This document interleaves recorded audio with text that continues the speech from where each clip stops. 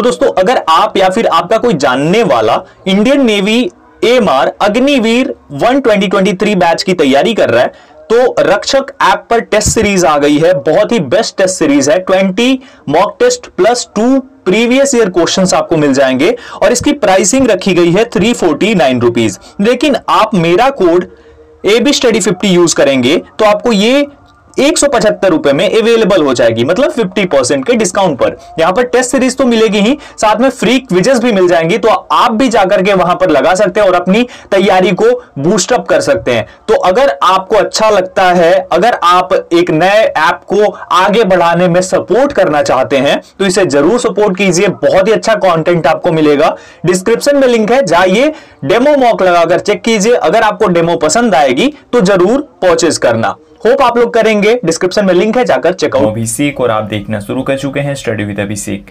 तो guys part 3 करने वाले हैं आज हम लोग। इससे पहले पार्ट 1 और पार्ट 2 कंप्लीट करा चुका हूं मैं। तो इनकेस अगर आपने मिस कर दिया है किसी भी पार्ट को, तो इस वीडियो को देखने के बाद पार्ट 1 और पार्ट 2 आप दोनों देख लेना। कैसे? आई बटन में आपको लिंक मिल जाएगी, साथ ही साथ डिस्क्रिप्शन में भी लिंक दे दूंगा, तो आप जैसे भी चाहो जाकर के देख लेना।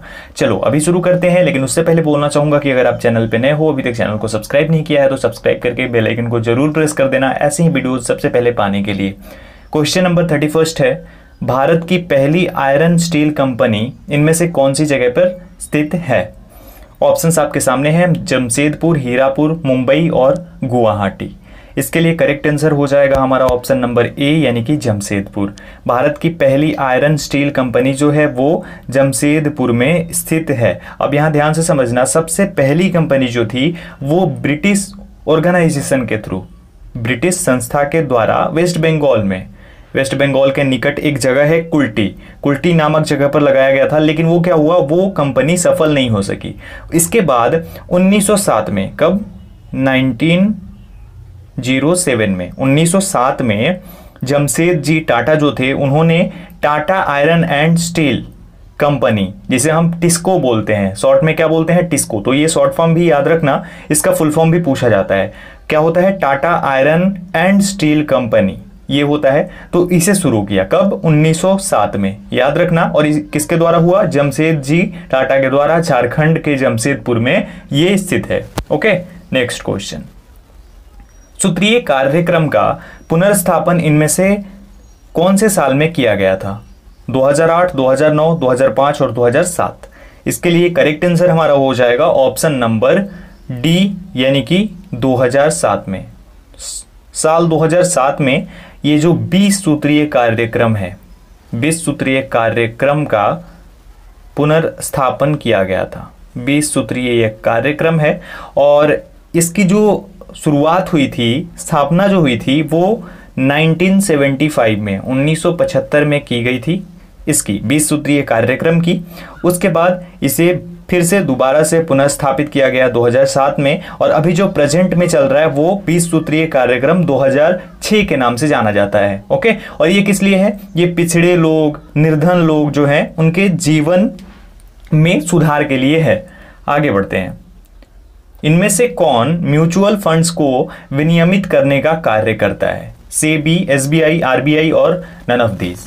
इसके लिए करेक्ट आंसर हमारा हो जाएगा ऑप्शन नंबर ए, यानी कि सेबी। सेबी जो है ये म्यूचुअल फंड्स को विनियमित करने का कार्य करता है, यानी कि ये रेगुलेट करता है, और इसी के लिए इसे बनाया भी गया है। ये जो संस्था है सेबी, इसे इसीलिए बनाया गया है। अब सबका फुल फॉर्म एक बार बता देता हूं। सबसे पहले तो सेबी के बारे में जान लो। इसका फुल फॉर्म होता है the securities and exchange board of India, जिसे हम सेबी बोलते हैं।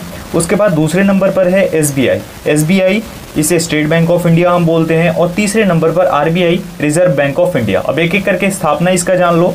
सबसे पहले हम सेबी की बात करें तो सेबी की स्थापना जो हुई थी वो 12 अप्रैल 1992 में हुई थी। एसबीआई की स्थापना जो हुई थी 1 जुलाई 1955 में हुई थी। और आरबीआई की स्थापना 1 अप्रैल 1935 यानी 1 अप्रैल 1935 में हुई थी कोलकाता में। ओके, तीनों को याद रखना, तीनों ही ज्यादा इंपॉर्टेंट है और तीनों से सवाल पूछा जाता है। ओके, चलो नेक्स्ट क्वेश्चन 34 नंबर। महाबलीपुरम के पैगोड़ा किन के द्वारा बनवाए गए थे? पल्लव, चालुक्य, चेर और चोल। करेक्ट आंसर इसके लिए हमारा हो जाएगा ऑप्शन नंबर ए, यानी कि पल्लव। पल्लव राजवंश जो था, इन्हीं के द्वारा महाबलीपुरम में पैगोड़ा बनवाया गया था। ठीक है, ये पैगोड़ा था। आगे बढ़ते हैं नेक्स्ट क्वेश्चन की ओर। हमारा 35 नंबर है, पाली भाषा में निगंठा नटपुत किनको कहा जाता है? महावीर, गौतम बुद्ध, पार्श्वनाथ और ऋषभ देव। इसके लिए हमारा करेक्ट जवाब हो जाएगा ऑप्शन नंबर ए, यानी कि महावीर। जो भगवान महावीर थे, इन्हीं को पाली भाषा में निगंठा नटपुत कहा जाता है। इसका मतलब होता है महावीर। ठीक है, इसे बोला जाता है पाली भाषा में। ओके, अब यहाँ पे ध्यान दीजिएगा, महावीर के बारे में थोड़ा सा आप लोग जान लो। स्वामी महावीर जो थे, ये जैनिज्म के यानी जैन धर्म के 24वें तीर्थकर थे। वैशाली में इनका जन्म हुआ था और इनकी मृत्यु हुई थी पावापुरी में। ये सवाल आते हैं, इसीलिए मैंने ये बता दिया ताकि आप याद रखना, वैशाली में जन्म और मृत्यु पावापुरी में हुई थी। ओके, चलो नेक्स्ट क्वेश्चन। कंबोडिया का अंकोर वाट मंदिर इनमें से कौन से हिंदू देवता को समर्पित है? ब्रह्मा, गणेश, शिव और विष्णु। आई होप कि आपने सोच लिया होगा अपना जवाब। इसके लिए करेक्ट जवाब हो जाएगा ऑप्शन नंबर डी, यानी कि भगवान विष्णु। भगवान विष्णु को कंबोडिया का अंकोर वाट मंदिर जो है वो समर्पित किया जाता है या फिर किया गया है। अब इसके बारे में थोड़ा जान लो। ये जो कंबोडिया का अंकोर वाट मंदिर है, इसको सूर्यवर्मन द्वितीय यानी सूर्यवर्मन सेकंड और जयवर्मन सप्तम ने बनवाया था। किसने? सूर्यवर्मन सेकंड और जयवर्मन सप्तम ने, याद रखना। और ये विष्णु, भगवान विष्णु को समर्पित है कंबोडिया का अंकोर वाट मंदिर। आगे बढ़ते हैं। भारत के अंदर डॉलर रुपया विनिमय दर किसके ऊपर निर्भर करती है? मांग आपूर्ति संतुलन, आरबीआई की मौद्रिक नीति, सरकारी नियंत्रण और इनमें से कोई नहीं। करेक्ट जवाब इसका हो जाएगा ऑप्शन नंबर ए, यानी मांग आपूर्ति संतुलन जो है, इसी के ऊपर भारत के अंदर डॉलर या रुपया जो है, डॉलर से रुपया विनिमय दर निर्भर करती है, यानी डिपेंड करती है। एक्सचेंज रेट जो होता है ना, अभी जैसे कि $1 बराबर अभी लगभग 73 रुपीज होता है, तो उसी प्रकार से वो मांग आपूर्ति संतुलन के ऊपर डिपेंड करती है, यानी डिमांड और सप्लाई बैलेंस पे। आगे बढ़ते हैं। 38 नंबर, पंचमहल इनमें से कौन से स्थान पर उपस्थित है? आगरा, बरेली, फतेहपुर सिकरी और अलीगढ़। इसके लिए करेक्ट जवाब हमारा हो जाएगा ऑप्शन नंबर सी, यानी कि फतेहपुर सिकरी। फतेहपुर सिकरी में जो है ये पंचमहल स्थित है और इसका निर्माण करवाया था अकबर ने। जो अकबर था उसने ही निर्माण कराया था फतेहपुर सिकरी में। आगे बढ़ते हैं। 39, इनमें से कौन सी नदी दक्षिण भारत की गंगा भी कही जाती है? कावेरी, तुंगभद्रा, गोदावरी और Krishna. Correct answer option number C हो जाएगा, यानी कि गोदावरी। गोदावरी नदी को दक्षिण भारत की गंगा भी बोला जाता है। ओके, याद रखना। आगे बढ़ते हैं। 40 नंबर क्वेश्चन देखते हैं। भारत में प्रथम महिला प्रधानमंत्री इनमें से कौन बनी थी? प्रतिभा पाटिल, एम फातिमा बीबी और इंदिरा गांधी। करेक्ट जवाब हमारा हो जाएगा इंदिरा गांधी। इंदिरा गांधी भारत की प्रथम और एकमात्र महिला प्रधानमंत्री थी, यानी कि इनके पहले और इनके बाद कोई और महिला प्रधानमंत्री हमारे देश में नहीं बनी थी। और ये लगातार 3 बार इलेक्ट हुई थी, उसके बाद चौथी बार में इनकी हत्या हो गई थी। ओके, अब हम बात कर लेते हैं एक एक करके। सबसे पहले प्रतिभा पाटिल के बारे में। तो प्रतिभा पाटिल जो है ये भारत की एकमात्र, और ये बोले कि पहली और एकमात्र अभी तक जो है राष्ट्रपति, यानी महिला राष्ट्रपति हैं। उसके बाद एम फातिमा बीबी, ये सवाल भी पूछा गया था पिछले एग्जाम में, ये इंपॉर्टेंट है इसलिए बता रहा हूं। तो एम फातिमा बीबी जो है ये क्या थी? ये भारत की सुप्रीम कोर्ट की फर्स्ट लेडी जज थी, पहली महिला जज सुप्रीम कोर्ट ऑफ इंडिया में। कौन थी? एम फातिमा बीबी। ये बनी थी, और कब बनी थी? बनी थी 1989 में। 1989 में एम फातिमा बीबी को भारत की सुप्रीम कोर्ट में पहली महिला जज बनाया गया। ओके, याद रखना इस चीज को। अब आगे बढ़ते हैं नेक्स्ट क्वेश्चन की ओर। हमारा नेक्स्ट क्वेश्चन 41 नंबर है। भारत के पहले राष्ट्रपति का नाम है। ऑप्शंस आपके सामने हैं। करेक्ट जवाब फटाक से बता देता हूं, टाइम वेस्ट नहीं होगा। करेक्ट जवाब है डॉक्टर राजेंद्र प्रसाद। ये भारत के फर्स्ट राष्ट्रपति थे, पहले प्रेसिडेंट थे। अब एक और सवाल यहां पे पूछ सकता है एग्जाम में कि अभी भारत में कितने वर्तमान में राष्ट्रपति हो चुके हैं? तो 14 हो चुके हैं। ओके, याद रखना। और अभी वर्तमान में हमारे हैं रामनाथ कोविंद जी, जो कि 14वें नंबर पे हैं। अगला सवाल, हर्षवर्धन के राज्य का समय काल कब से लेकर कब तक था?